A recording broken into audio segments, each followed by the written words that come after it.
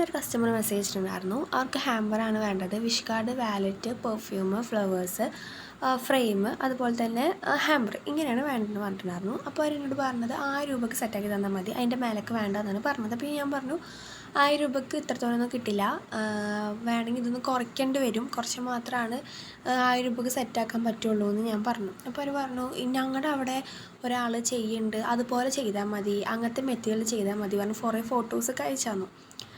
അപ്പോൾ ഇവിടെ പറയാനുള്ളതെന്ന് പറഞ്ഞാൽ എല്ലാവർക്കും കിട്ടണ മെറ്റീരിയലും അതുപോലെ തന്നെ ക്വാളിറ്റിയും വ്യത്യസ്തമായിരിക്കും, പ്രൈസും വ്യത്യസ്തമായിരിക്കും. അങ്ങനെയാണ് എല്ലാ ക്രാഫ്റ്റേഴ്സും അവരുടെ റേറ്റ് പറയുക. അല്ലാണ്ട് ഒരു റേറ്റ് പറയുമ്പോൾ ഇപ്പോൾ 2000 റേറ്റ് പറയുമ്പോൾ 2000 ഫുള്ളും ക്രാഫ്റ്റേഴ്സിനല്ല, അതിൽ മെറ്റീരിയലിൻ്റെ ചിലവുണ്ട്, പിന്നെ ട്രാവൽ എക്സ്പെൻസ്, അങ്ങനെ എല്ലാ എക്സ്പെൻസും കൂടിയിട്ടാണ് പറയുക. ചില സമയത്ത് ഫുൾ നമുക്ക് പറഞ്ഞ നമ്മുടെ ഒരു എമൗണ്ട്, നമ്മൾ ജോലി ചെയ്യുന്ന ഒരു എമൗണ്ട് അതുപോലെ നമുക്ക് കിട്ടണമെന്നില്ല, എന്നാലും നമ്മൾ വർക്ക് ചെയ്യുന്നുണ്ട്.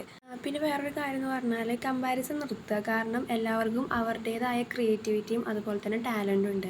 സോ അതിനെ റെസ്പെക്റ്റ് ചെയ്തിട്ട് നമുക്ക് ഓർഡേഴ്സും കാര്യങ്ങളുണ്ടെങ്കിൽ കൊടുക്കുക. അല്ലാണ്ട് അവിടെ ഒരു 1000 രൂപയ്ക്ക് ചെയ്യുന്നുണ്ട്, അതുകൊണ്ട് ഞാൻ 1000 രൂപയ്ക്ക് ചെയ്യണമെന്ന് പറഞ്ഞാൽ നടക്കുന്ന കാര്യമല്ല. സോ ഒരു ഓർഡർ തരുമ്പോൾ അവർ ചെയ്യുന്ന എഫേർട്ടിനും കാര്യങ്ങൾക്കാണ് അവർ പ്രൈസ് ചോദിക്കുന്നത്. അപ്പോൾ ചില നല്ല കസ്റ്റമേഴ്സും ഉണ്ട്, എപ്പോഴും ചെയ്ത കസ്റ്റമേഴ്സൊന്നും അല്ല, 1-2 കസ്റ്റമേഴ്സ് മാത്രമേ അങ്ങനെ വരാറുള്ളൂ. സോ റെസ്പെക്റ്റ് ചെയ്യുക. ഏതൊരു ജോലി ആയാലും അതിൻ്റെ ബാക്കിൽ കുറേ എഫേർട്ടും കാര്യങ്ങളും ഉണ്ട്.